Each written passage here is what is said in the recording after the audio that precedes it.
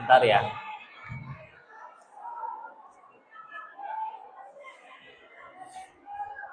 Oh, saya geser ya.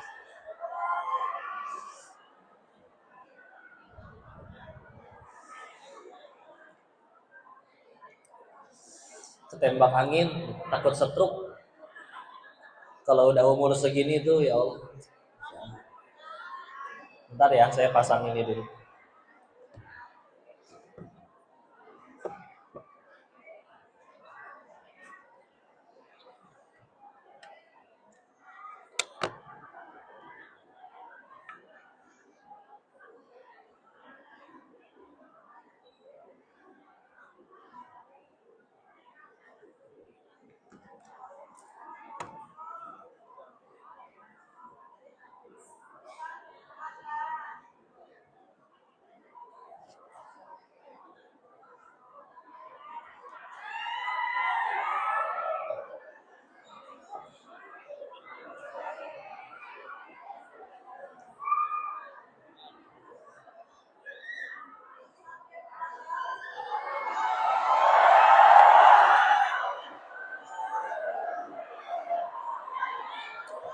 Naon, ibu naon.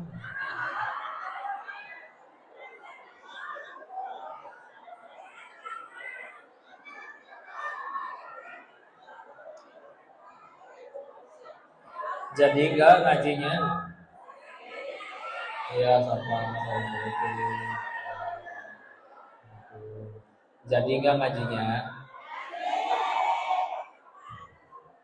Gantian ya. Suara saya kecil.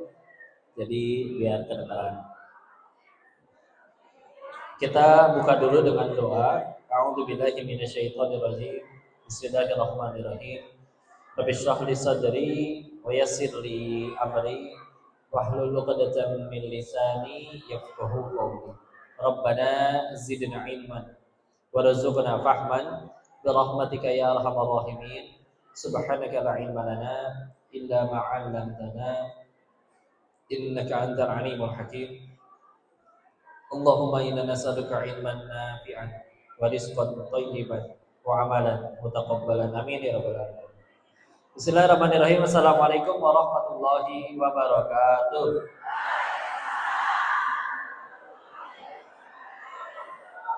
Alhamdulillahirabbil alamin. Alhamdulillahilladzi anzala sakinata fi qulubil mu'minin liyazdadu imanan ma'a imanihim. Segala pujiannya kepada Allah atas nikmat dan karunia-Nya. Alhamdulillah bisa ngaji di Masjid As-Salam ya. PT Krakatau Steel, alhamdulillah. Mudah-mudahan kita tidak cuma dikumpulkan di majelis ini, tapi kelak juga dikumpulkan di surganya Allah. Ibu pengen ke surga? Siap ke surganya sekarang?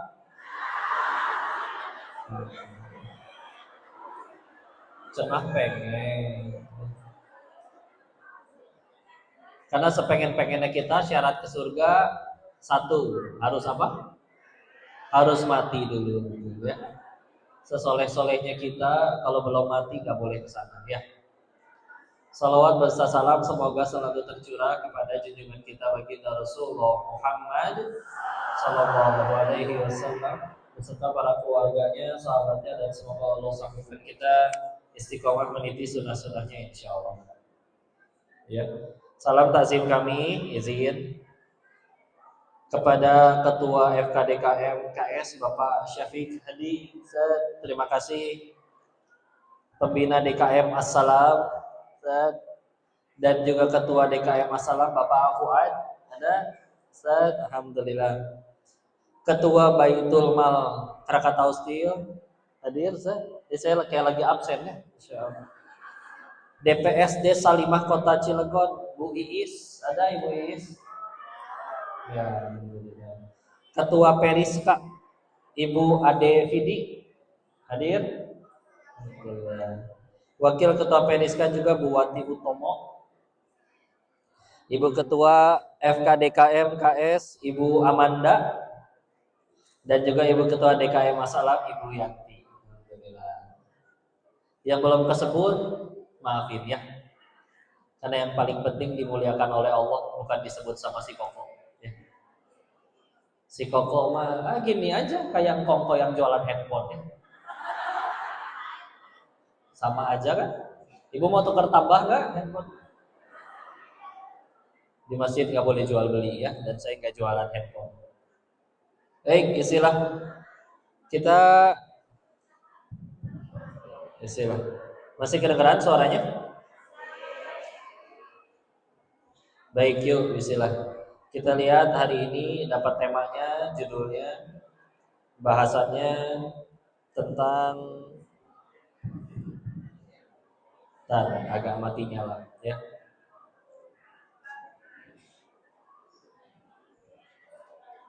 Tuh kan? Ya, isinya.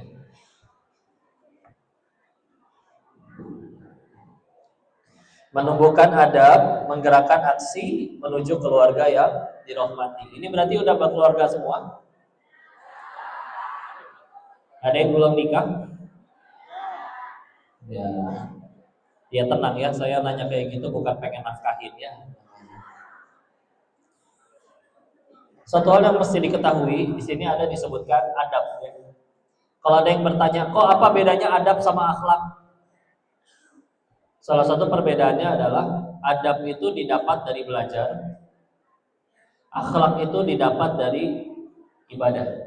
Ulangi, adab itu didapat dari belajar, akhlak itu dapat dari ibadah. Adab ada di Eropa, ada adab tata cara makan. Bapak Ibu tahu yang sendoknya disusun, pisaunya disusun, garpunya disusun dari gede sampai kecil, ya. Cara pakai tisunya kalau di mereka gini. Ini tisu kalau mau pakai ini harus begini. Gitu. Dilipat, dicepit di mulut. Kalau kita makan gitu ya. Nah, itu bisa belajar. Ya, adab itu bisa belajar. Dan penting kita tahu banyak sekali kitab-kitab adab yang berdampak sekali kepada umat muslim ya. Udah ganti ya sih. Enakan yang ini? Ya, ini yang tadi lebih banyak ya. Akhlak didapatnya dari ibadah. Quran surat 29 Al-Ankabut ayat 45. Pas di pojok kanan bawah pas pergantian juz. Inna sholata tanha anil fahsya'i wal munkar. Bahwa sholat itu mencegah dari perbuatan keji dan munkar. Jadi orang ibadahnya betul, imannya benar, dia nggak mau berbuat keji dan munkar. Fahsya adalah dosa yang datang dari syahwat. Ya. Persinahan, perselingkuhan, LGBT. Munkar dosa yang dari perut, lapar, serakah, jadi nyolong, jadi korupsi. Ya. Bismillah, sholatnya betul. Ini betul ini nggak cuma tata cara, gerakannya, bacaannya ya, termasuk niatnya, benar. Ya. Ada orang sholat mas sholat, tapi karena ada calon mertuanya, itu juga sholat. Betul? Tapi niat salah, itu dia. Niat itu ibarat alamat. Secanggih-canggihnya ekspedisi, naik pesawat terbang, kapal laut, motor, mobil, kereta. Kalau alamatnya salah, nyampe tidak? Nah. Ya. Nah, satu-satunya zat yang layak diibadahi cuman Allah. Tapi kita ngelakuin ibadah kepada selain Allah. Ini dia. Makanya sampai ada, kalau Imam Ghazali berpendapat riya itu termasuk salah satu kemusyrikan. Karena riya itu bukan pamer. Tapi riya itu melakukan amal soleh, tapi bukan untuk Allah. Sedangkan tadi yang pantas dan layak diibadahi cuma Allah. Terus kita ngelakuin suatu ibadah, amalan, bukan untuk Allah, maka nggak jadi apa-apa. Rugi. Sedekah udah duitnya keluar betulan, tapi niatnya bukan untuk Allah. Rugi sekali, duitnya udah hilang tapi nggak jadi pahala. Ya. Maka hati-hati. Ya. Itu bedanya adab sama akhlak. Makanya kalau ada yang nanya kayak gini kok akhlak itu kan ada loh orang yang nggak sholat bukan Islam tapi lebih sopan daripada yang Islam, bahkan sedekahnya lebih banyak, mulutnya lebih sopan, nggak pernah nyakitin. Dan kita nggak memungkiri mungkin ada oknum Muslim tapi mulutnya nyakitin orang, ya. Maka kalau gitu saya nggak usah hijaban aja kok. Yang penting hati saya berhijab, daripada berhijab tapi julid, misalkan. Nah, gimana kalau ada yang nanya kayak gitu jawabnya? Ya. Satu, ketahuilah. Tadi kita sudah baca, sudah bahas adab sama akhlak. Akhlak itu kalau di Islam ibarat buah. Apa? Namanya buah kan tidak simsalabim ada ya. Maka pasti dia ada akarnya dan juga ada batangnya. Betul ya? Apa akar dan batangnya? Akarnya akidah yang betul, yang benar, beriman kepada Allah. Batangnya syariat yang dijaga. Iman udah benar, akan rela keseharian ikut syariat. Buahnya akhlak yang mulia. Apakah Nabi akhlaknya mulia gara-gara ikut seminar Mario Teguh? Enggak. Karena beliau imannya paling benar dan beliau juga taat syariat. Beliau tidak hanya taat syariat, tapi beliau menjadi syariat. Ya, hadis kan apa yang disandarkan kepada Rasul, baik dari ucapan, tindakan, perbuatan, ketetapan. Oh, Nabi masuk kamar mandi kaki kiri dulu, jadi syariat. Ya. Jadi syariat. Maka wajar kalau beliau akhlaknya paling bagus. Ya. Kok tapi belum menjawab, ada tuh orang-orang yang nggak sholat, nggak Islam, tapi akhlaknya bagus katanya. Mohon maaf, contoh di Jepang orang tepat waktu. Saking tepat waktunya mereka bangun ini. Kita kalau di Indonesia ada kartu buat masuk ke jalan tol, tahu? E-tol. Isinya saldonya kan rupiah ya, duit ya. Saking tepat waktunya mereka, dapat info sedang dibuat kartu untuk naik kereta, isi saldonya bukan duit, tapi saldonya waktu. Jadi misalkan isi saldo 60 menit, nanti begitu dia naik kereta dari kota A ke kota B, misalkan jaraknya 30 menit, begitu di tap, saldo Anda berkurang dari 60 menit tinggal 30 menit. Setepat waktu itu. Disiplin tidak? Disiplin akhlaknya Nabi bukan? Tapi kita tahu, mohon maaf, negara dengan bunuh diri terbanyak masih dari mereka. Jepang, Korea Selatan, artis-artis Korea. Ada orang pada pengen jadi artis, yang jadi artisnya malah mengakhiri hidup. Ya. Dan kita tahu ya, masih menjadi produksi film porno terbesar sedunia. Ya. Sampai ada obrolan kayak gini. Di Jepang, Pak, banyak film porno karena orangnya pada nggak mau nikah, Pak. Bagi mereka apa sih nikah itu? Nanti harus ngurus, punya anak. Ya Allah, tengah malam capek, ganti popok segala macam. Syahwat bangkit, mereka tinggal ke prostitusi. Bahkan ada yang nikah sama anime. Ada yang nikah sama boneka. Serius. Ya. Jadi di sana krisis anak muda. Atas izin Allah pernah ke sana memang iya, yang kerja di bandara kakek-kakek sama nenek-nenek semua. Yang jadi supir taksi aki-aki. Orang Indonesia banyak di Jepang. Karena ternyata mereka butuh orang yang kerja sebagai disebutnya daigo. Daigo itu perawat. Nyari duitnya jago, sampai sepuh pensiun anak cucu nggak punya. Jadi mau nggak mau dirawat sama orang. Ya, dia nyewa bayar untuk merawat dia. Ya. Jadi krisis anak muda. Saking krisisnya perhatikan. Di Indonesia, mohon maaf ya, perzinahan baru melanggar undang-undang itu kalau di bawah 17 tahun atau 18 tahun gitu. Jadi mohon maaf ya, kalau ada digerebek sama acara-acara polisi gitu ya, 86. Kalau ternyata umurnya udah dewasa sama dewasa dan bukan prostitusi, naksir sama naksir, itu nggak melanggar hukum. Melanggar hukum adat iya. Tapi kalau di bawah umur baru bisa kena pasal. Di Jepang diturunin sampai 13 tahun. Jadi berarti mohon maaf, Kalau ada anak umur 14 tahun sama 14 tahun yang di kita berarti SMP, mereka mohon maaf berzina, itu nggak melanggar hukum karena sudah di atas umur. Kenapa? Sengaja biar pada hamil.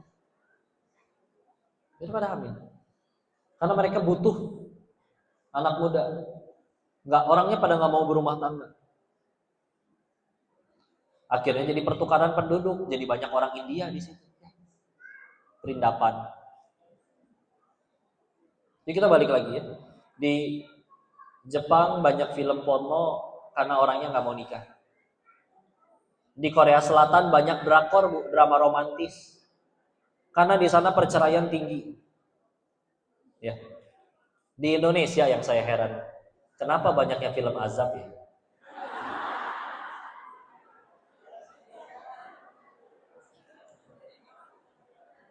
Yang ini PR ya. Nanti jawab masing-masing. Tapi yuk kita balik lagi ke bahasan. Oke, ini ada orang berakhlak tapi dia sholat enggak, beriman enggak. Tapi sopan sekali, ya. Tapi mohon maaf ya. Yuk kita lihat. Koko baca majalah. Kejadian nyata ini, mahasiswi di Singapura usia 20-an loncat dari apartemennya lantai 14 menemui aspal di bawah. Tentu mohon maaf, wafat seketika. Ketika diteliti, dicari alasan dia ingin mengakhiri hidupnya, ketemu di kamarnya buku harian, Pak, buku diari. Setelah dibaca, ternyata kesimpulannya dia mengakhiri hidupnya karena jerawatnya nggak sembuh-sembuh. Kisah nyata, serius. Serius. Kita masuk. Pertanyaannya, anaknya kayak gimana? Oh, ke orang tuanya santun, ke teman-temannya sopan, belajarnya rajin, nilainya bagus. Kalau gitu hidupnya enak, kenapa dia mengakhiri hidupnya? Masalahnya satu, Pak. Tuhannya bukan Allah, tapi Tuhannya penilaian makhluk. Mulut orang. Di kampus diledekin, ih jangan mau temenan sama dia, jelek, jerawatan. Buat apa aku hidup dihina seperti ini? Lebih baik aku mati. Play, wafat. Mati konyol kita bisa bilang. Kita bukan tidak menghargai jiwa, tapi punten ya. Apa kabar Nabi kita? Udah di jalan kebenaran, dihina lagi. Ingin dibunuh lagi. Ya. Sehingga kesimpulannya apa? Oke. Ada orang katanya bisa berakhlak baik, gak perlu belajar agama, gak perlu akidah yang benar, gak perlu syariat yang diikuti. Tapi mohon maaf, belajar akhlak, gak pakai akidah dan syariat yang dijaga, ada masalah stres, pengen mati melulu. Sekarang diperkeren bahasanya mental health. Ya istilahnya banyak ya, depresi, ya frustasi, ya stres. Apapun itu. Pokok bukannya gimana ya, tapi orang-orang yang dijadikan contoh oleh Allah, baik di dalam Al-Quran maupun di hadis, masalah mereka lebih berat daripada kita. Tapi tetap jadi orang baik. Sederhana. Kenapa? Yang dikejar udah emang bukan mulut orang. Gak peduli orang satu dunia pengen ngehina atau enggak. Allah aja yang dikejar. Walaupun iya, para tokoh-tokoh yang ada di Al-Quran itu, mereka kenal Allah. Kalau ketemu sama orang yang mohon maaf stres, depresi, kalau ada yang berkata, lu mah emang kurang iman aja. Kalaupun ada yang sependapat, tapi pun gak usah diomong kayak gitu ke orangnya. Karena gak semua punya akses kenal Allah loh, serius. Dia terlahir emang keluarganya mohon maaf nggak ngajarin agama, atau ada yang orang tuanya pengen ngajarin agama, tapi kita nggak ada yang tahu. Ada yang yatim piatu dari kecil, dia hidup di lingkungan yang nggak ngenalin Allah sama sekali. Kita bisa ngomong kayak gitu ya punten, mungkin karena hidup di lingkungan yang setiap kali kita sedih langsung ada yang nasehatin, yuk kita sholat yuk kita pengajian yuk. Tapi kan nggak semua orang punya lingkaran circle yang kayak begitu. Jadi Kalaupun ada yang sependapat, oh orang gampang stres karena kurang iman, oke, tapi nggak usah di orang punten ya. Kemarin saya ngobrol sama istrinya Ustadz Hanan Ataki di jadi narasumber di acara di TV One. Nah, beliau cerita kayak gitu soalnya. Mereka sedang aktif mengurusi orang-orang yang mohon maaf ya, korban sodomi, korban perkosaan, tingkatan paling parahnya ada pasien yang sedang diurus oleh beliau, istrinya Ustadz Hanan. Dari kecil disodomi oleh orang-orang terdekatnya dan kelas 5 SD udah jadi pelaku sodomi yang baru. Karena menular. Ya. Terus sekarang gimana? Tahu-tahu pengen dikatakan, neraka sih ya kamu teh. Dia nggak tahu, dia juga nggak minta dari kecil disodomi orang. Terus tahu-tahu dia datangin di neraka-nerakain. Ya mental agama. Kan yuk bismillah yuk. Makanya ini perhatikan ya. Kita ngaji betul perlu dalil, perlu landasan supaya nggak ngalor ngidul. Tapi bijak-bijaklah dalam menyampaikan. Contoh. Tahu tidak hadis yang menceritakan Nabi ditanya oleh seorang pemuda, wahai Rasul, bolehkah saya berzina? Nabi nggak mungkin nggak tahu ayatnya. Tapi apakah beliau menjawab, Al-Isra ayat 32, wala taqrabu zina, neraka sih ya? Apa gitu jawabnya? Enggak. Rasul jawabnya apa? Bagaimana perasaanmu kalau kamu mendapati ibumu, putrimu, atau adik perempuanmu, atau anakmu nanti, mohon maaf, dizinahi oleh orang lain? Tentu aku tidak mau, wahai Rasul. Ketahuilah yang kamu zinahi itu ibunya seseorang, anaknya seseorang, adik putri, adik perempuannya seseorang. Nggak jadi zina tuh pemudanya. Nabi pakai dalil nggak? Pakai dalilnya. Tapi apakah diteriak-teriakin? Neraka kamu melanggar ayat ini. Kalem, tenang. Bismillah. Ya Nabi udah puncaknya akhlak. Beliau bijak sekali, tahu. Ini ada yang emang harus dikasih taunya pakai dalil, tapi nggak semua langsung mempan pakai dalil. Gimana mau pakai dalil orang dia aja nggak percaya Al-Quran itu wahyu Allah? Ya, jadi yuk bismillah ya, menumbuhkan adab dan tadi juga akhlak. Sehingga akhirnya kita bicara beradab, berakhlak, kita perlu akidah yang benar dan syariat yang dijaga. Baru buahnya akhlakul karimah. Balik lagi ke yang tadi, kenapa kalau kita belajar akhlaknya nggak pakai akidah, nggak pakai syariat, ada masalah gampang stres, serius. Bawaannya pengen mati aja terus. Ya, maka seperti itu. Ya, akidah ini tidak cukup hanya berkata, oh Tuhan tuh satu ya Allah doang, nggak cukup. Tapi termasuk juga meyakini tidak ada sesuatu terjadi tanpa seizinnya. Rezeki datangnya dari Allah. Aku sembuh bukan karena makan minum obat, tapi dari Allah. Wafat bukan gara-gara emang sudah takdir Allah. Kalau memang rezekiku, aku nggak ngambil yang haram juga tetap Allah berikan rezeki. Itu termasuk udah bahasan akidah. Ya. Jadi benar-benar diyakini dan dijaga. Sehingga punten ya, udah nggak boleh lagi ada, ya mohon maaf, yang percaya sama zodiak, ramalan bintang, nggak usah dibacain lagi ya. Nggak ada orang beruntung gara-gara baca, katanya aku bakal beruntung. Enggak. Beruntung tuh satu, tambah dekat sama Allah, udah gitu aja. Kamu duit punya, harta punya, jabatan punya, popularitas punya, tambah jauh dari Allah. Iya duitnya banyak, seumur hidup nggak pernah sakit. Jauh dari Allah, demi Allah itu musibah.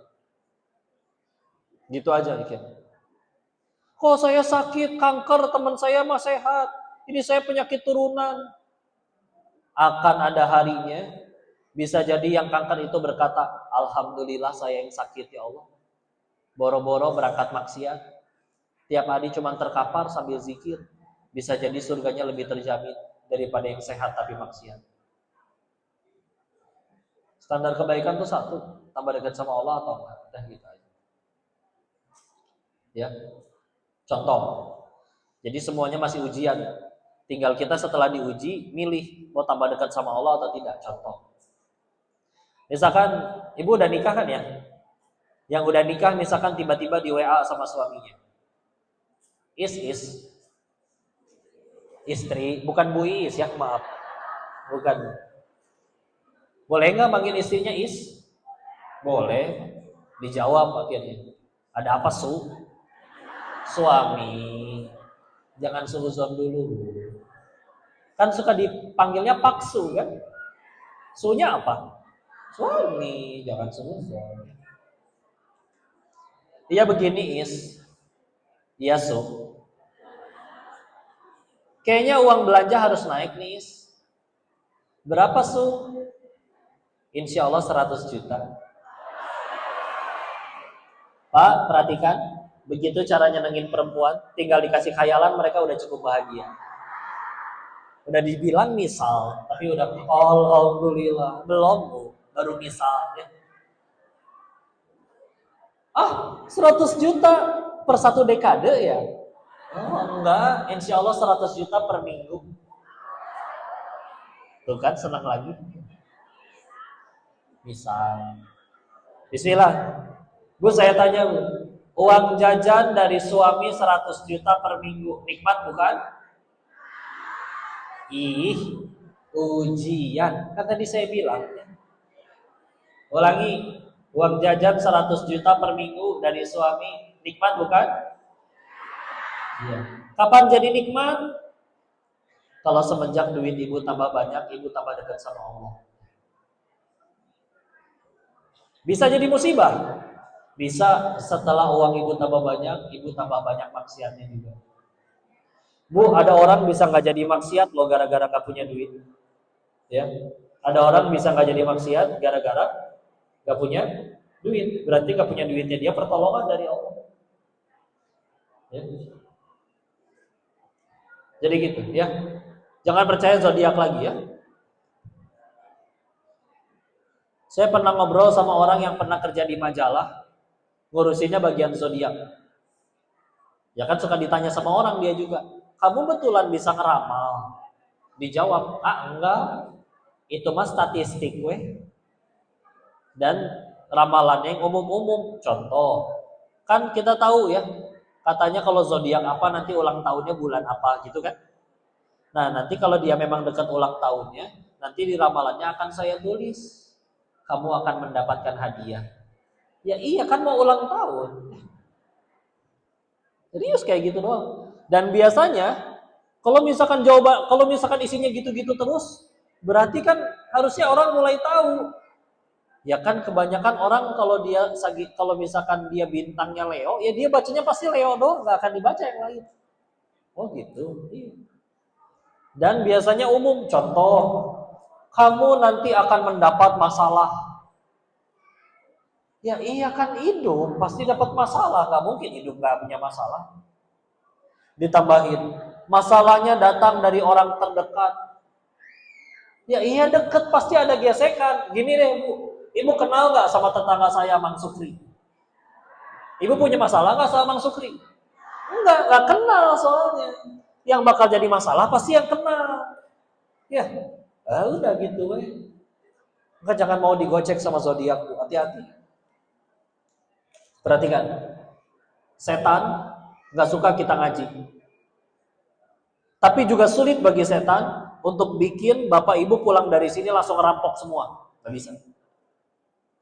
Maka cara paling gampang untuk gugurin pahalanya gimana? Cara paling gampangnya dirusak akidahnya.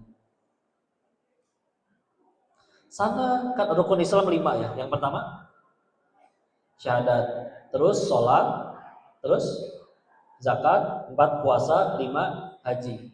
Ada orang sholat, zakat, puasa, haji, tapi mohon maaf, syahadatnya nggak beres. Contoh, setiap kali dagangannya sepi, datang ke mbah yang itu. Wah, saya harus keluar kota biar terjaga, saya pakai jimat biar kebal. Itu punten. Itu cara paling mudah bagi syaitan untuk merusak pahala kita. Daripada beres kajian kayak gini kita langsung merampok bareng-bareng, susah setan ngomporinnya juga. Maka cara paling gampang ngomporinnya apa? Dirusak. Sana kamu sholat, zakat, puasa, haji. Tapi giliran toko sepi datang ke Mbah Dukun, itu rusak. Ya, itu cara paling gampang. Jadi udah nggak boleh ada lagi yang percaya gitu-gitu ya, nggak boleh ada lagi yang berkata, contoh, jangan foto bertiga, nanti yang tengah mati duluan. Enggak, Pak. Enggak, serius. Jangankan yang di tengah, yang moto juga pasti mati tuh. Lihatin. Ya. Ya. Jangankan yang moto, yang di rumah nggak ikut pemotretan juga pasti mati, ya nggak? Iya kan? Iya. Dan mati itu yang paling penting husnul khotimah. Atau anak-anak kecil di Palestina coba, masih kecil nggak punya dosa, hafal Quran, syahid, husnul khotimah, bisa jadi lebih beruntung mereka daripada kita. Ngapain ya si Koko umur panjang di Indonesia tapi nggak jadi pahala, malah jadi dosa? Ih, rugi. Kan semua dosa ada tanggung jawabnya.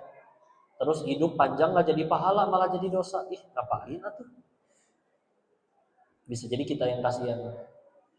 Dan husnul khotimah itu bukan perkara mati karena apa, tapi mati sedang apa. Beda tidak? Kok matinya karena COVID? Aduh kasihan. Tapi sedang apa? Sedang sujud sholat rakaat terakhir. Ih, husnul khotimah.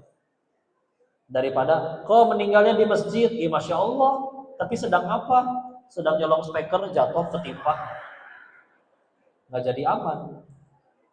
Karena sedang berbuat ya buruk. Ya, nggak usah ada gitu lagi ya. Jangan foto bertiga tengah mati, nggak usah, nggak ada. Sini tigaan mana? Yuk. Kok saya kejatuhan cicak, saya pasti sial. Enggak, Bu. Ibu kejatuhan buaya juga nggak akan sial, Ibu. Ya. Kok tapi saya kejatuhan cicak di depan rumah kepleset, jadi aja nggak bisa berangkat kerja. Kalau ibu berangkat kerja mungkin kelindes truk, Bu. Udah gitu aja. Jadi nggak berangkat kan? Alhamdulillah. Dan kepahitannya nggak ada yang sia-sia, pasti menggugurkan dosa. Udah gitu aja. Jangan dirusak akidah ini ya Allah. Ya, nggak perlu ada lagi yang kalau lewat tempat gelap berkata, punten Mbah, saya nggak ganggu. Jangan serius. Dulu waktu kecil saya ditakutin orang, jangan kencing di situ. Nanti kalau ternyata ada jin lagi tidur di situ, kepalanya dikencingin, nanti diikutin. Nggak gini, jin ada, iya. Tapi kalau Allah tidak izinkan untuk dia menyakiti kita atau ngapa-ngapain kita, nggak akan terjadi apa-apa demi Allah. Kalau memang betulan takut gelap manusiawi, baca doa aja udah. Ayat kursi, 3 kul, atau yang dari hadis Bismillahirrahmanirrahim la yadurru ma'asmihi syai'un fil ardi wala fis sama wa huwas samiul alim. Atau a'udzu billahi kalimatillahi tammati min syarri ma khalaq. Jangan. Karena dia makin diomongin makin senang. Dan ini ada pelajaran pun dan contoh ya.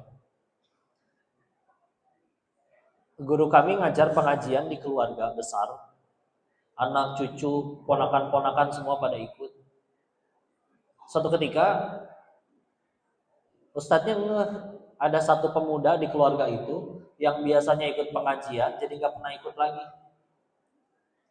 Ditanya ke ibunya, Bu, anak ibu mana?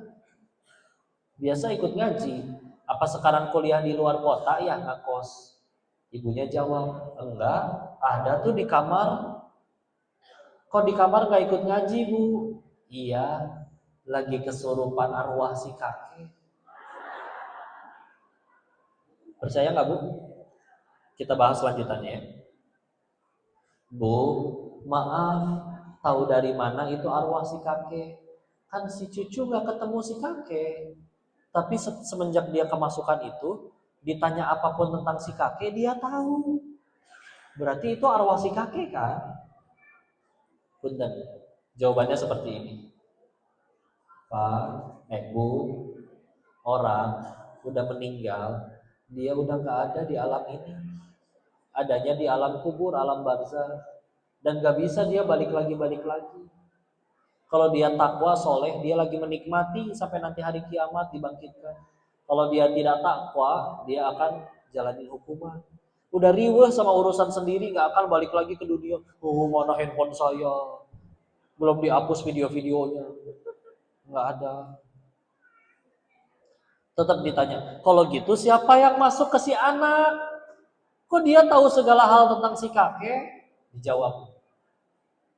Jadi Bu, manusia itu ketika terlahir di muka bumi nggak cuman didampingin sama malaikat pencatat amal, ya, tapi juga didampingi oleh dari golongan bangsa jin disebutnya Qarin. Qarin itu dalam bahasa Arab artinya sahabat. Ada 14 kata untuk sahabat dalam bahasa Arab. Sohib, sodiq, rofiq, khalil termasuk. Dan itu ada tingkatannya, dari yang cuman kenal doang sampai yang deket banget. Qarin adalah tingkatan yang paling deket. Ya kayak Indonesia juga banyak kan istilahnya. Ada sekedar kawan, kerabat, sahabat. Kita tahu kalau sahabat beda sama teman. Ya kan? Bestie, iya betul. Kalau orang Cina ada hopeng katanya. Ya. CS-nya gue tuh gitu ya. Apapun itu. Nah, di dalam bahasa Arab yang paling dekat adalah Qarin. Qarin jin. Allah berfirman Quran surat 51 Az-Zariyat ayat 56, "Wa ma khalaqatul jinna wal insa illa liya'budun." Tidaklah kuciptakan jin dan manusia untuk beribadah, diciptainya untuk beribadah, tapi kayak manusia. Ada yang taat, ada juga yang tidak taat. Jin ada juga yang taat, ada juga yang tidak taat. Kalau tidak taat, terus orang yang dia ikutin udah meninggal, mungkin dia gabut. Jadi gimana gangguin anak cucunya?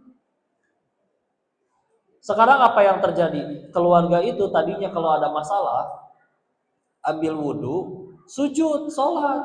Sekarang semenjak sering kesurupan, setiap kali ada masalah, nunggu si anak kesurupan si kakek, nanti baru tanya ke dia, rusak gak tauhidnya? Rusak. Ini masalah. Jangan ya, dijaga ya. Yakin di sini. Allah. Ibu pernah dengar cerita si Yana nggak? Sempat nggak tahu ya, nyampe Serang viral, nyampe Cilegon. Jadi ada bapak-bapak namanya Yana, naik motor di Cadas Pangeran, Sumedang sana. Terus tahu-tahu nge-WA istrinya, kayaknya aku diikutin orang. Kalau aku nggak balas lagi, kayaknya terjadi sesuatu. Tahu-tahu WA-nya kayak nggak kekirim gitu, kayak handphonenya mati. Conteng satu. Tadinya kan contreng dua gitu ya, warna biru. Dikejar sama istrinya, nyampe ke Cadas Pangeran, motornya ada, tapi orangnya nggak ada.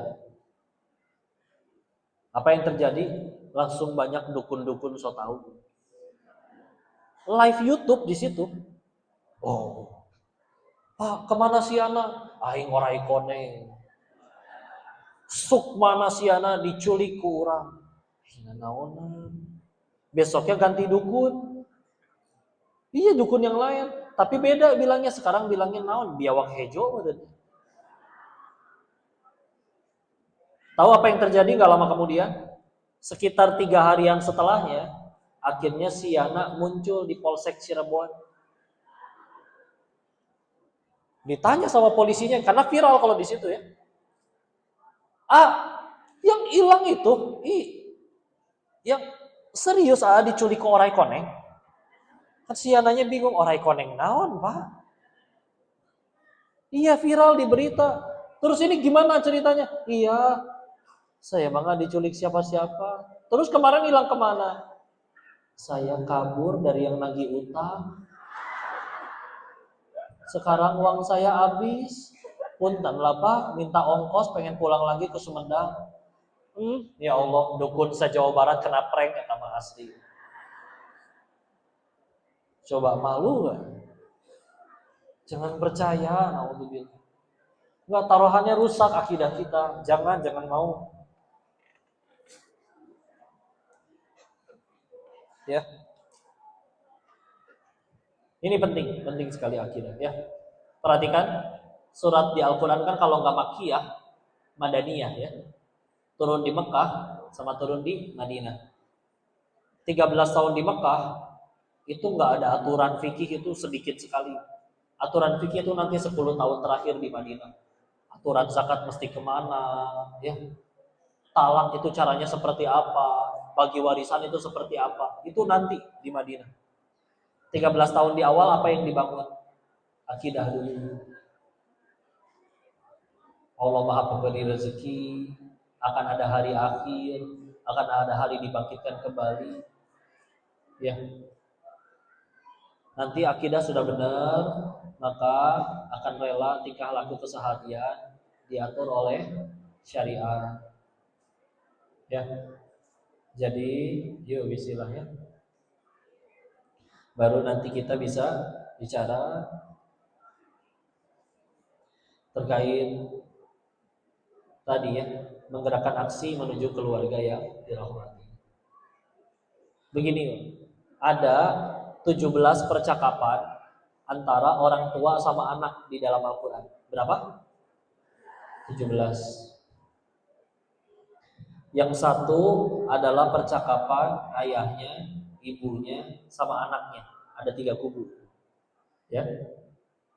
Yang dua adalah percakapan ayah ibunya saja dengan anaknya.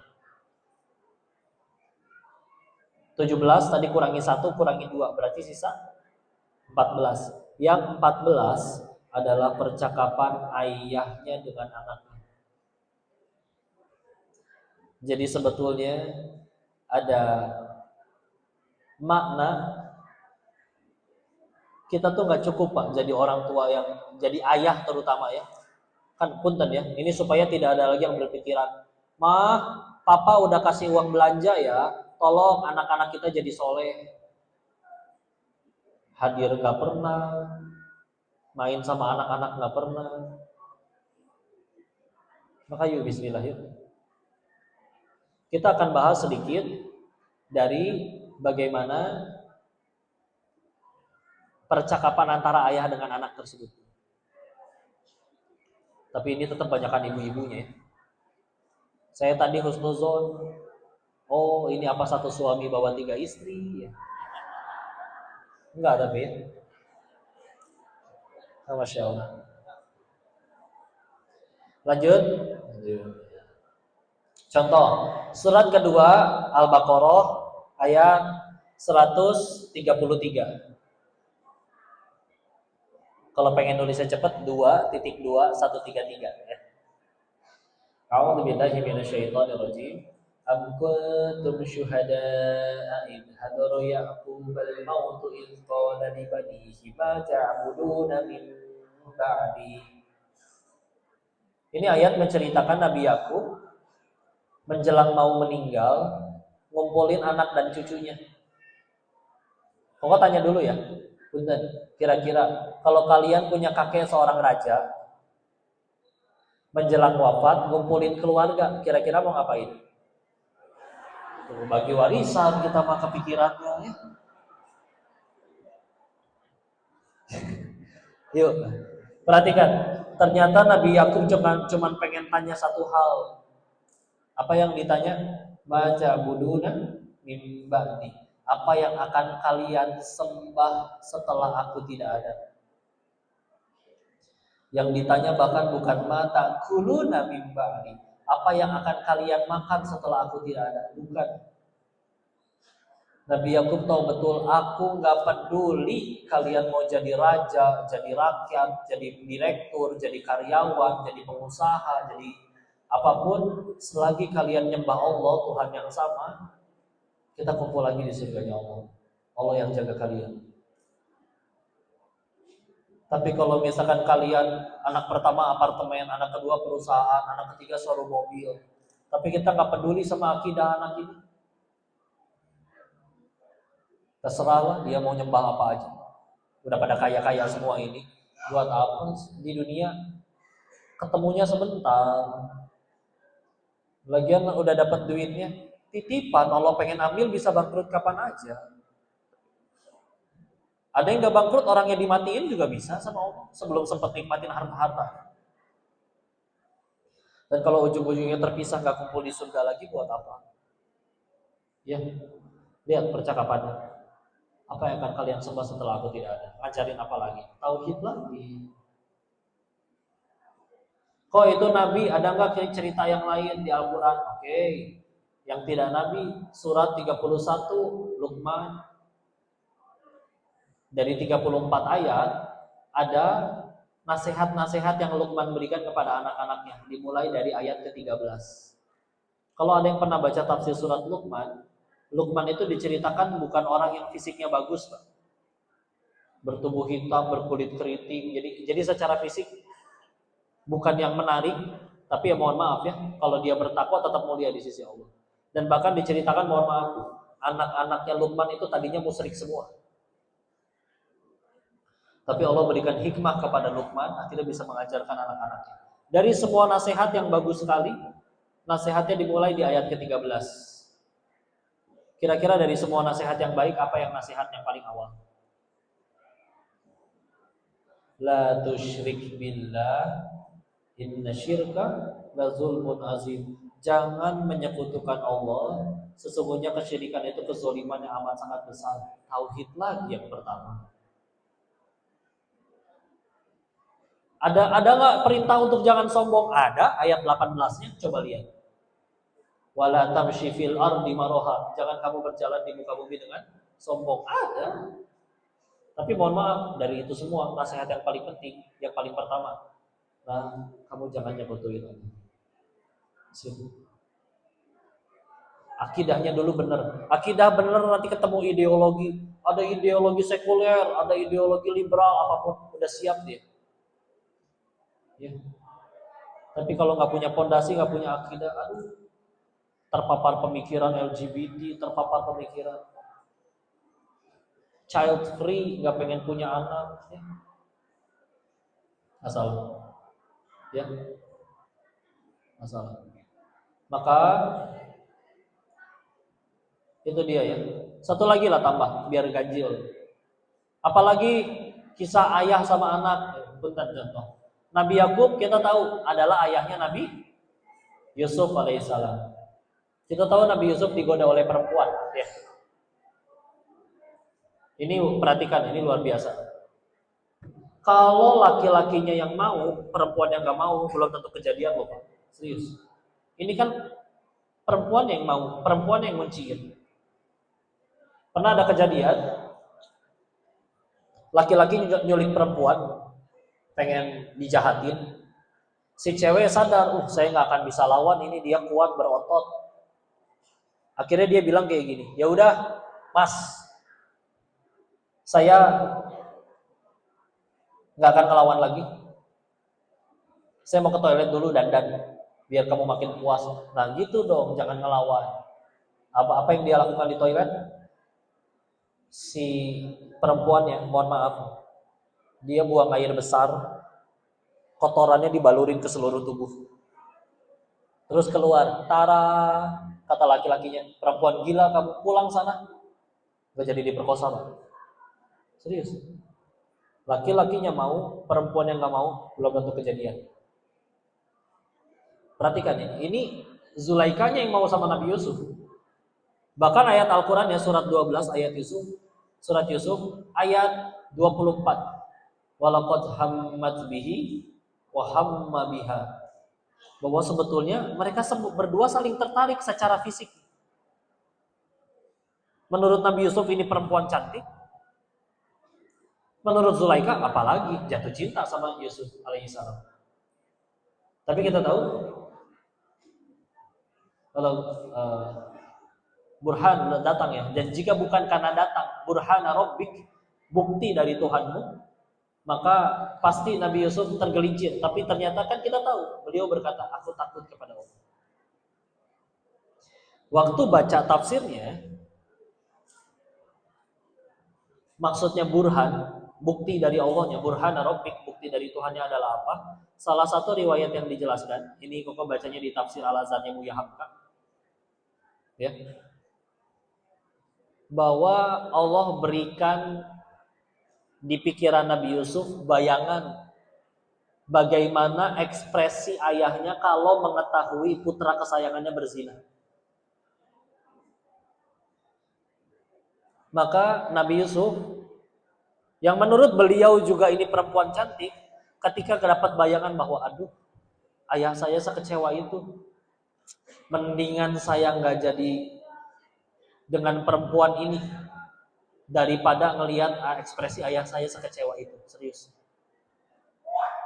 Pak, kita tahu ya, bisa juga jadi ada suami yang nggak mau selingkuh bukan karena pelakornya nggak cantik, Pak, tapi karena sadar betul ini perbuatan hina, aku akan menyakiti putri dan istriku, dan dia pikir enaknya paling cuma berapa menit, tapi ini bisa merusak semuanya. Nggak mau. Aku nggak mau jadi laki-laki sehina itu. Serius. Ada orang yang bisa nggak jadi selingkuh tuh gara-gara bukan karena pelakornya nggak cantik. Dia cuma nggak rela dirinya jadi laki-laki sehina itu. Mengkhianati istri yang udah benar-benar dampingin dari nol. Kalau mau ini istri juga bisa berkarya kok. Istri juga kuliah, istri juga bisa ngejar karir, tapi atas nama syariat dia tinggalin itu semua untuk melahirkan 4 sampai 5 anak kita. Terus setelah dia kehilangan kemolekan tubuhnya karena udah 4 kali ngelahirin, ada perempuan muda ngegoda, terus kita tinggalin dia begitu aja. Aku nggak mau laki-laki jadi laki-laki sehina itu. Serius. Ya. Maka lihat ya, betapa dalamnya kasih sayang yang diberikan oleh Nabi Yakub kepada Nabi Yusuf, sehingga Nabi Yusuf nggak mau melihat wajah ayahnya kecewa. Kok kan Nabi Yakubnya nggak ada di situ? Iya, tapi kan nanti di hari akhir ketahuan semua. Surat 64 atau Ghobun, suka diterjemahinnya apa? Hari ditampakkan segala dosa. Lihat ayat 9-nya. Yauma yajma'ukum liyaumil jam'i dzalika yaumut taghabun. Akan ada hari di mana nanti ditampakin dosa-dosa kita di hadapan semua orang. Terus kalau hari itu tiba terus melihat ekspresi ayahnya kecewa, mendingan saya nggak jadi sama perempuan ini. Kabur Nabi Yusuf. Kabur. Sampai marah harus dipenjara. Padahal beliau yang dijebak. Ya. Lihatlah, Masya Allah ya. Ketika kasih sayang orang tua itu berdampak ke anak. Kita lihat Pak, zaman sekarang ada anak yang sengaja maksiat demi nyakitin bapaknya. Kalau ngelihat cerita-cerita dari jemaah ya, mohon maaf. Ada anak perempuan yang sebetulnya nggak naksir sama pacarnya. Cuman dia sakit hati ngelihat bapaknya selalu mohon maaf pulang gonta-ganti perempuan, punya simpenan yang seumuran dianya. Maka untuk nyakitin hati bapaknya, dia sengaja mau pacaran dengan orang yang nggak dia suka. Ya. Maka lihatlah ketika akhirnya berhasil, kita jadi orang tua yang baik bagi anak, Allah juga nanti yang jaga anak-anak kita. Ya, gitu. Segitu dulu sisakan waktu untuk diskusi, ngobrol-ngobrol, tanya jawab. Ya. Silakan jika ada yang pengen didiskusikan, ditanyakan atau mungkin dikoreksi barangkali saya ada salah menyampaikan, silakan. Atau kalau dari DTP habis ini apa lagi tuh? Ada program lagi tuh? Tanya jawab dulu ya. Oke, siap. Mohon maaf yang belum kejawab, yang di online nanti ya. Dan ada manfaat yang bisa diambil. Ya. Silakan Bapak. Kami cepat datang apa? Bantu ya. Kalau bantu nanti ya Oh, Kak, gimana maksudnya Kak? Maaf, kok nggak nyimak tadi lagi kajian. Pokoknya jawab yang di sini dulu ya. Assalamualaikum warahmatullahi wabarakatuh. Waalaikumsalam warahmatullahi wabarakatuh. Izin bertanya kebetulan saya sedang mengandung. Ini sekarang lagi hamil. Ya, Lancar sampai hari H ya. Semoga anak saya nanti dilahirkan sempurna, normal. Amin ya rabbal alamin. Semoga akhlaknya juga bagus, beradab, ya seperti Kodemus.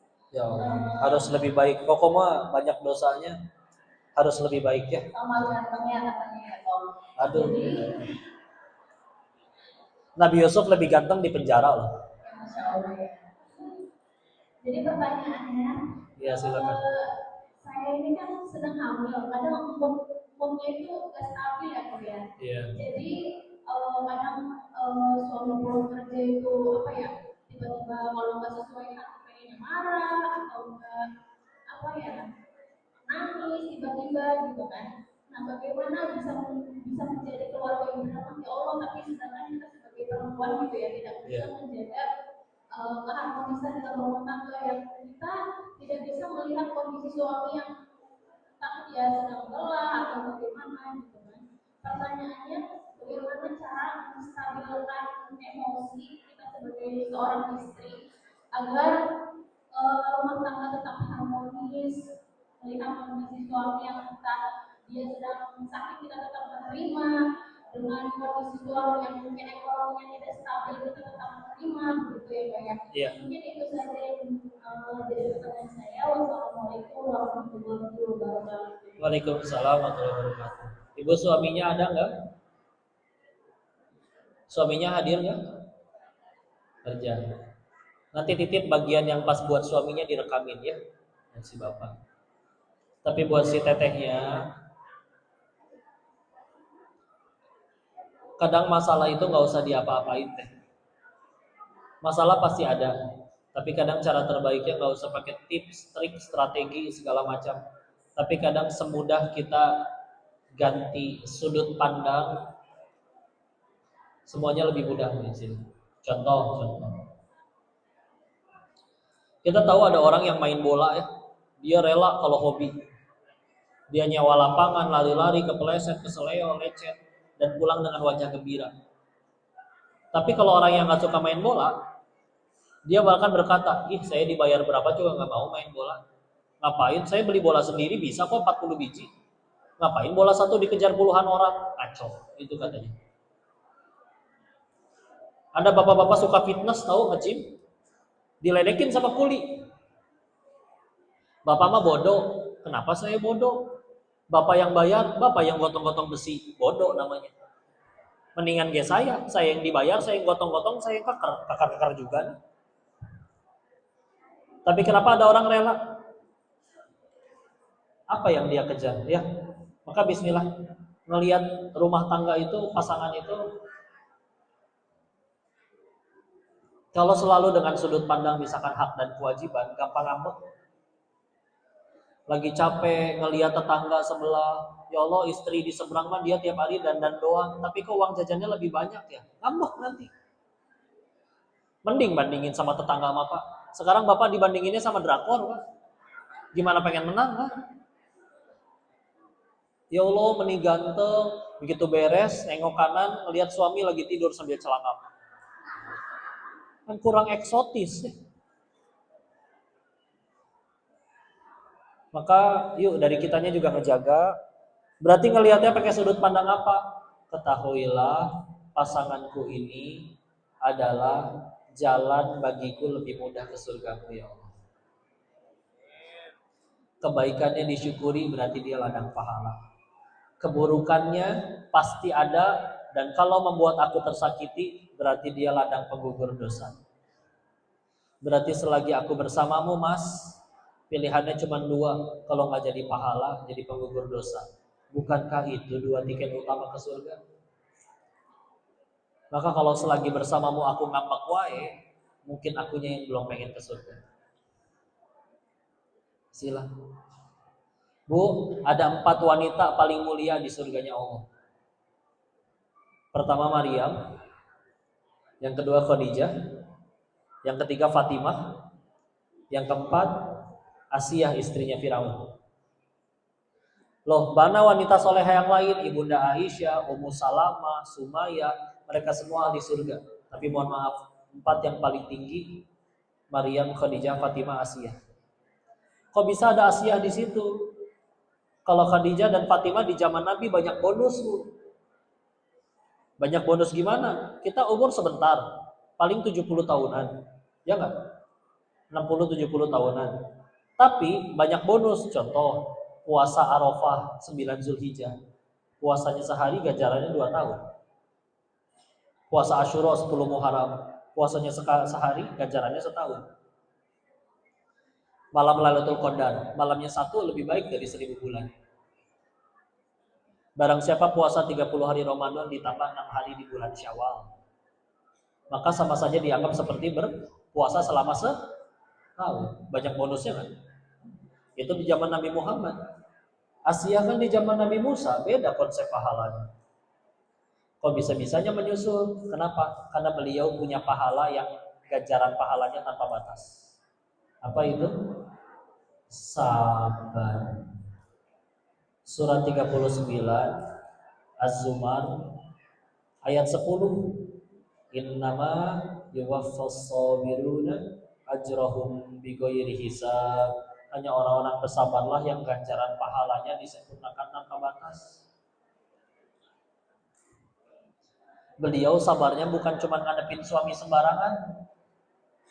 Yang dihadapin Fir'aun, bukan suami yang naruh anduk sembarangan.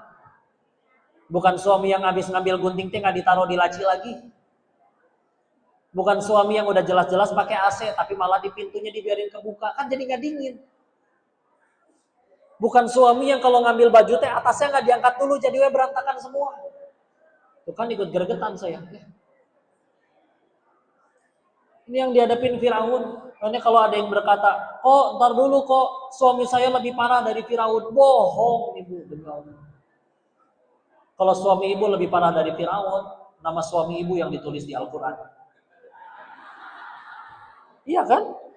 Iya, karena nggak ada yang lebih parah dari Firaun. Maka bismillah. Sering-sering kalau saya sekalian, kalau istri lagi tidur ya, diliatin. Merenung, ya Allah, ada loh orang rela mati untuk dia. Ayahnya, ibunya, untuk dia bahagia, tapi atas nama syariat dia rela meninggalkan orang-orang yang rela mati untuk dia hanya untuk mendampingi kita suami. Ya. Maka kalau selagi dia bersamaku aku hanya bisa menyakitinya, serius aku jadi laki-laki yang seburuk itu. Ya, kita juga masih bisa ngelihat gitu tuh ke suami, ya Allah. Dia kalau pengen hidup enak sendiri, bismillah. Tapi dia bela-belain harus jadi imam bagiku, capek-capek nyari nafkah untuk anak-anakku. Ya, ini istilah. Ya memang di luar sana ada yang parah banget kayak film Azab Indosiar ada, ya. Yang suaminya parah ada. Tapi ya itu satu. Ya. Yang kedua ini bagi suaminya yuk bismillah yuk. Nabi udah ngingetin perempuan itu seperti tulang rusuk. Tulang rusuk itu bengkok. Kalau dilurusin dia patah, dipaksa dia patah. Kalau didiemin tetap bengkok. Waktu baca hadis ini saya nanya, berarti apa solusinya? Akhirnya dijelasin ada ulama hadis yang menjelaskan syarahnya adalah, penjelasannya adalah, maka berarti gimana cara ngadepin yang bengkok itu? Sabar. Istilah. Pernah ada kisah kayak gini Pak. Seorang ulama terus pas lagi ngajar, putranya datang dan putranya sopan sekali beradab, masya Allah, santun, beradab, baik budi, benar-benar anak yang luar biasa. Dan anak orang-orang tahu apa prestasinya, apa ilmunya. Akhirnya ditanyakan, ya Syekh, bagaimana engkau bisa mempunyai anak soleh seperti itu? Jawaban dia apa coba? Aku bersabar 30 tahun menghadapi ibunya. Makanya Allah anugerahkan kepadaku anak yang bertakwa. Memang dalam kasus tadi, memang ya diceritakan istrinya suka berkata yang tidak baik, ya. Marah-marah dan yang lain-lain. Tapi kita juga mesti ngerti, ya.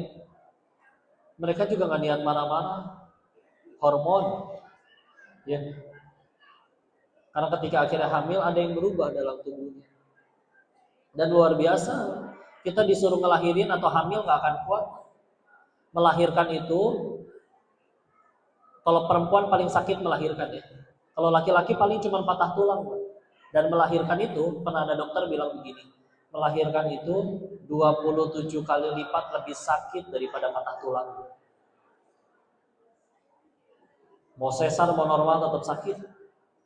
Kita belum tentu kuat. Dan kalau lagi makan yang nggak baik, nutrisi ibunya yang diambil. Termasuk ketika menyusui.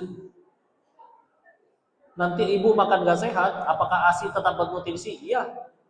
Karena kalau perlu kalsium ngambil dari tulang ibunya. Kalau perlu DHA ngambil dari otak ibunya.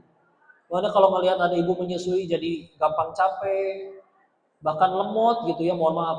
Ke dapur mau ngambil apa ya? Nyampe dapur lupa. Kalau memang habis untuk anak-anaknya, mereka rela untuk itu. Ya. Dan kita laki-laki belum tentu kuat. Makanya bismillah sayangi mereka, sabar. Sama mandangnya kayak tadi, ya Allah, istriku ini adalah jalan bagiku lebih mudah ke surga.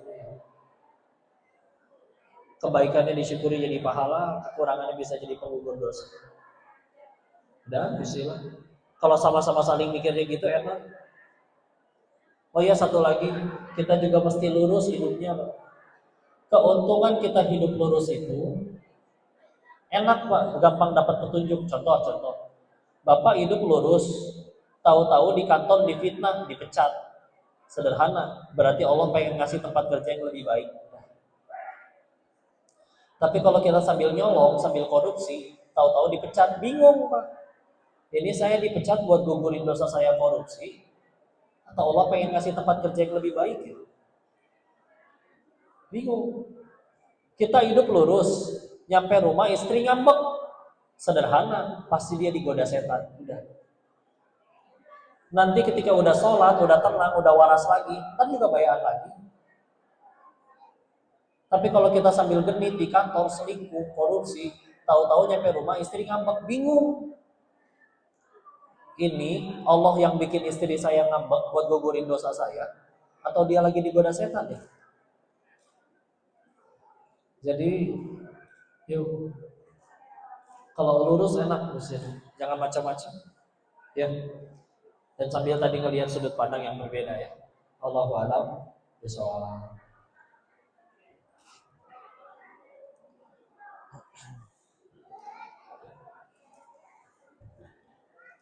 Masya Allah, selamat datang ya hadir Berikutnya silakan dari di kajian.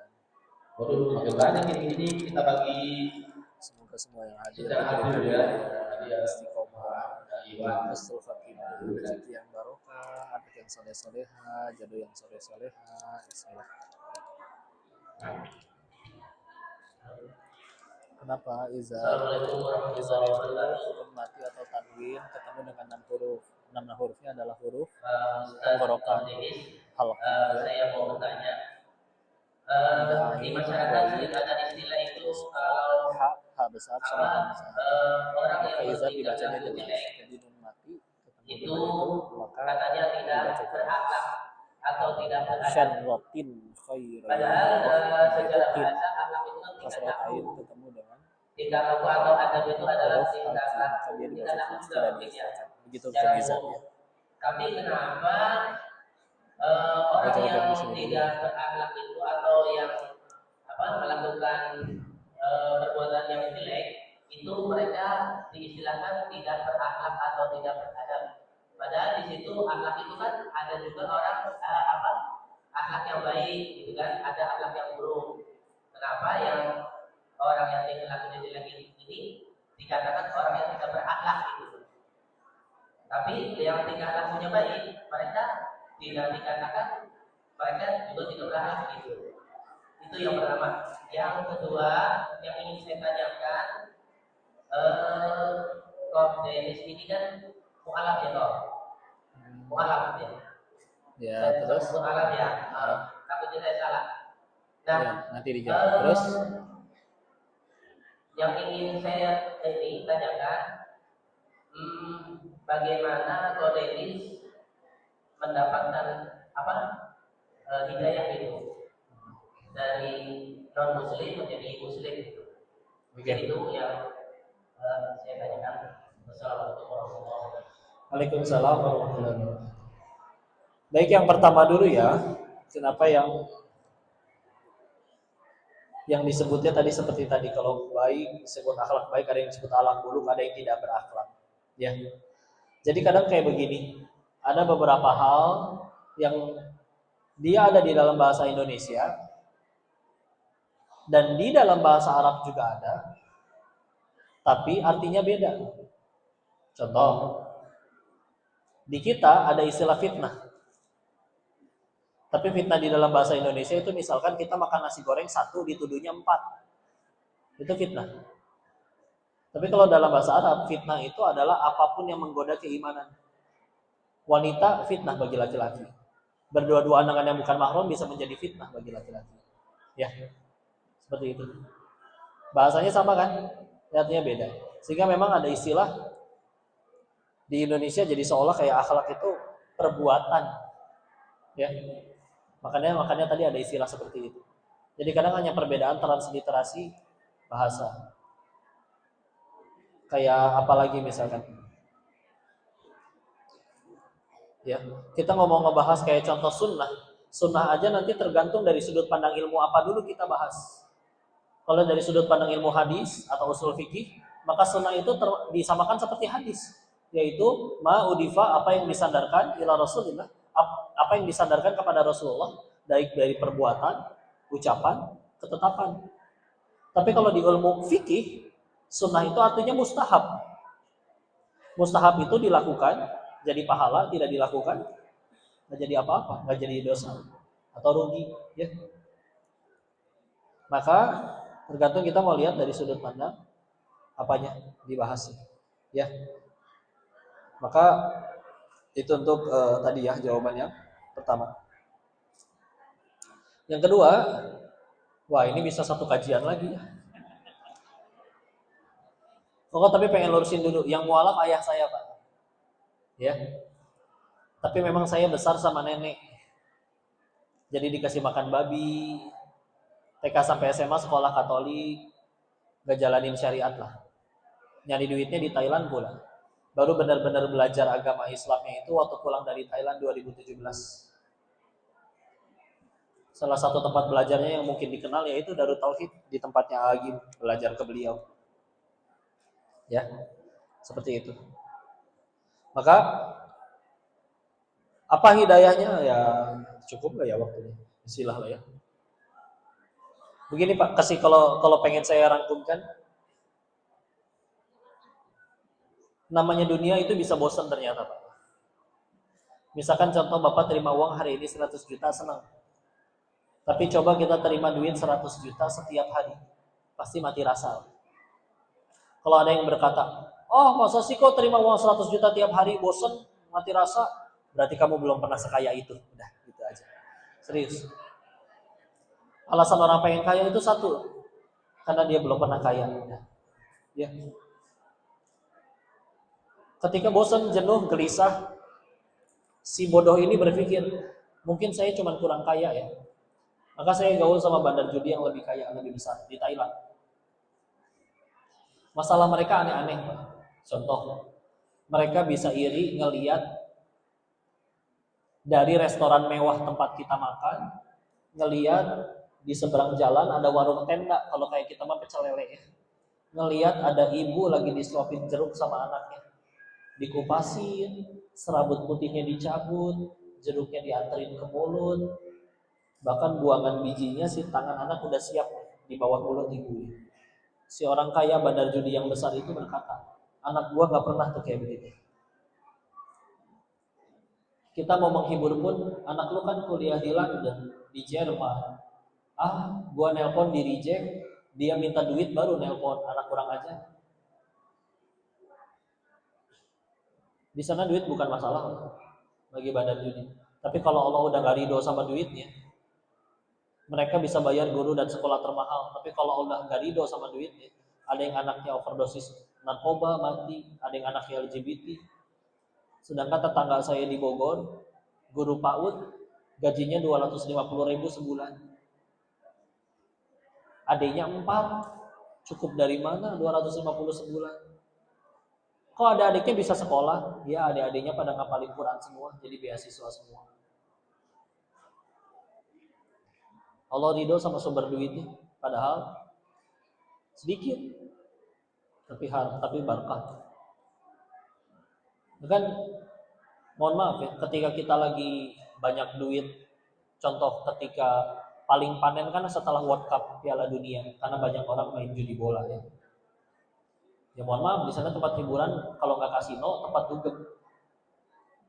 Di tempat dugem itu kalau orang lagi pada mabok, kita kadang masih ngobrol. Tahun depan kita buat apa? Kita bikin 5 web judi baru. 5 tahun lagi kita bikin apa? Kita bikin 1 kantor baru. Kalau udah bicaranya 30 atau 40 tahun lagi, jawabannya sama semua. Saya pengen di rumah hangat dikelilingi anak cucu. Anak-anak berbakti, baik budi, pinter-pinter, juara olimpiade fisika, kimia. Masalahnya dia belum nikah, diledekin dong. Lo kan belum nikah, nikahin aja tuh yang perempuan pada nari di kiri kanan lo yang telanjang. Itu orang mabuk malah ngomong kayak gini, udah gila lu ya, masa gua jadiin yang kayak begini ibu dari anak-anak gua? Orang mabuk, sengaco-ngaconya kita, nggak pengen nanti anak kita diurus sama pecandu narkoba itu. Masih pengennya yang baik-baik. Maka mereka pun nggak pengen selamanya di dunia kayak gitu. Si bodoh ini tetap berpikir, pasti ada orang yang udah puluhan tahun di bidang judi dan tetap berakhir happy ending, berakhir bahagia. Nggak ketemu. Nyari mana pendiri kasino ini mati kena HIV/AIDS. Mana pendiri kasino itu masih di penjara karena dikhianatin anak buahnya. Ada nggak yang tetap kaya? Ada, tapi agak gila karena anak-anaknya mati overdosis narkoba semua. Dunia mulai membosankan, yang ada di sana nggak pengen selamanya, dan juga nggak ada yang berakhir bahagia. Saya kehilangan alasan untuk tetap di sana. Berarti saya harus berhenti. Cuman saya tahu pilihannya cuma 2, mau berhenti sendiri atau Allah paksa buat berhenti. Karena kebanyakan orang yang berhenti dari dunia sana itu kepaksa. Kena HIV/AIDS dulu, kencing nanah dulu, ditinggalin anak istrinya dulu. Dan ini pun tadi Koko membahas ini bukan dari sudut pandang pemain yang pasti kalah. Ini dari sudut pandang bandar yang tidak mungkin kalah. Jadi kadang kalau sampai kayak ditulis di podcast, kok Denny dulunya ini, bandar ini, kadang ditanya kenapa sih kayak gitunya harus disebut. Ternyata kata yang bikin acaranya supaya orang mikir. Yang jadi bandarnya aja udahan, masa yang jadi pemainnya nggak mau udahan? Karena kalau jadi pemain mah gampang kalah, gampang tobat karena pasti kalah. Bandar kapan kalahnya? Menang terus. Gimana kepikiran tobat kalau menang terus? Tapi saya takut kalau pulang ke Indonesia mau ngapain? Kehilangan duit segitu banyak. Lagi takut sama masalah rezeki. Di kasino, di kantor, ngelihat YouTube, videonya Aagin, lagi ngomong tentang janin. Janin dalam perut ibunya kan belum bisa apa-apa. Kerja nggak bisa, sholat nggak bisa. Tapi ibunya makan jengkol, makan pete, makan keredok, semuanya diolah. Ampasnya dibuang, nutrisinya masuk ke janin sampai tumbuh. Pertanyaannya, itu janin yang nyari rezeki atau rezeki yang datengin janin? Gitu. Terus kamu udah gede, bisa kerja, bisa minta, bisa sholat, bisa sujud sama Tuhanmu, segitu ragunya sama Allah. Kayak ditampar. Saya tutup YouTube-nya, pesen tiket pulang, nyamperin ke beliau. Sengaja maksain diri, karena kalau di pesantren kan handphone disita. Orang-orang dunia lama juga nggak bisa ambil. Dan sempat ngerasa pede, karena bacain janji Allah tentang hijrah, tentang taubat, contoh di An-Nisa ayat 100. Barang siapa hijrah di jalan Allah, kau akan dapati buminya yang luas dan rezeki yang luas. Modal sisa ada. Kan suka ada yang nanya kan, kok sisa duit yang haram di sana masih ada nggak? Waktu itu, iya. Waktu pulang masih ada. Jadi saya percaya diri, wah modal ada. Sambil hijrah pasti sukses nih. Tapi mungkin kata Allahnya begini, katanya mau tobat, masa sisa uang haramnya nggak dibuang? Nggak sanggup ya? Iya ya Allah, terlalu melekat di hati saya ya Allah. Tenang, akan kukirimkan bala bantuan. Jadi saya banyak ditolong orang. Siapa yang nolong Pak? Tukang tipu datang semua. Wah lu berhenti bro, lu kan harus bisnis dong di Indonesia. Nih kita teman dari kecil, gua bawa proposal, lu tinggal taruh duit segini, tiap bulan gua kasih keuntungan segini. Menguntungkan bukan? Kata saya, apa ini jawaban dari tobat? Begitu ditransfer dari hari itu sampai hari ini, tidak terlihat lagi batang hidungnya. Ada yang dibikin sama-sama jujur, dibikin gak laku, bangkrut. Intinya habis sampai jualan kaos kaki di trotoar. Udah gitu COVID, lowongan yang dibuka ketika COVID adalah jadi kurir paling banyak karena orang pada pesan online. Jadi kurir kerja di JNT, nganter-nganterin paket. Luar biasa kurir itu. Dia bawa jas hujan satu, kalau hujan mendingan buat barang daripada buat badan. Karena kalau rusak disuruh gantiin. Ngambek. Apa-apaan habis begini. Mendingan gua balik lagi ke Thailand. Tapi akhirnya mikir ketika nyampe di satu titik. Iya ya, sisa uang haramnya jadi gak ada yang kemakan. Berarti ini pertolongan. Apa jadinya tobat sambil makanin duit haram? Repot. Buang sendiri gak sanggup. Ya udah ditolong orang. Cuman kenapa waktu itu saya ngambek? Sederhana. Tuhannya saya duit, bukan Allah. Buktinya ketinggalan sholat gak nangis, bilang duit baru nangis. Kita sih Tuhannya selain Allah. Jadi ngambek wae hidupnya. Oh ya udah. Jadi ada pelajaran aja di situ. Ya udah kayak gitu aja. Ya. Kalau dirangkumkan, ya gitulah. Allah yang tolong. Mudah-mudahan dan mohon didoakan karena sejauh ini nggak pernah dapat SMS selama tobat Anda telah diterima, nggak pernah. Jadi doain aja ya Allah, mudah-mudahan jadi amal soleh diterima sama Allah. Yang paling penting diampuni ya. Wallahu a'lam bishawab. Cukup? Dari satu penanya lagi di terakhir dari Sariman Ibu Titi, silakan nanti bapak-bapaknya kita bawa 3 pertanyaan, 3 orang. Mohon maaf karena waktunya memang berterbatas. Satu lagi penanya terakhir silakan Ibu Titi, karena Ibu Titi biasa di rumah saya. Apa Ibu? Itu mau nanya apa dada-dada? Nggak nyampe mic-nya, nanti aja di WA ya. WA ke Bapak. Baik, Ko Dede, salam kenal kami dari Sariman saya dengan begini. Pertanyaan begini, Ko Dede, apakah trik dari Ko Dede untuk motivasi remaja-remaja sekarang ketika kami menjadi orang tua, nasihat itu diterimanya hanya sedikit gitu. Jadi nasihat yang sudah kita berikan kepada mereka, anak-anak kita yang remaja, tapi mereka lebih asik di dunianya sendiri. Jadi bagaimana trik dari Ko Dede untuk mengatasi hal seperti ini? Begitu aja Ko Dede. Terima kasih. Assalamualaikum warahmatullahi wabarakatuh. Waalaikumsalam warahmatullahi wabarakatuh. Mana anak mudanya? Ya udah nanti direkamin ya. Baik, silakan. Adik-adik yang dirahmati oleh Allah, suka tidak suka, mau tidak mau, cepat atau lambat, kita itu butuh Allah. Kita pasti datang mencari Allah. Tapi pilihannya dua, mau datang dengan sukarela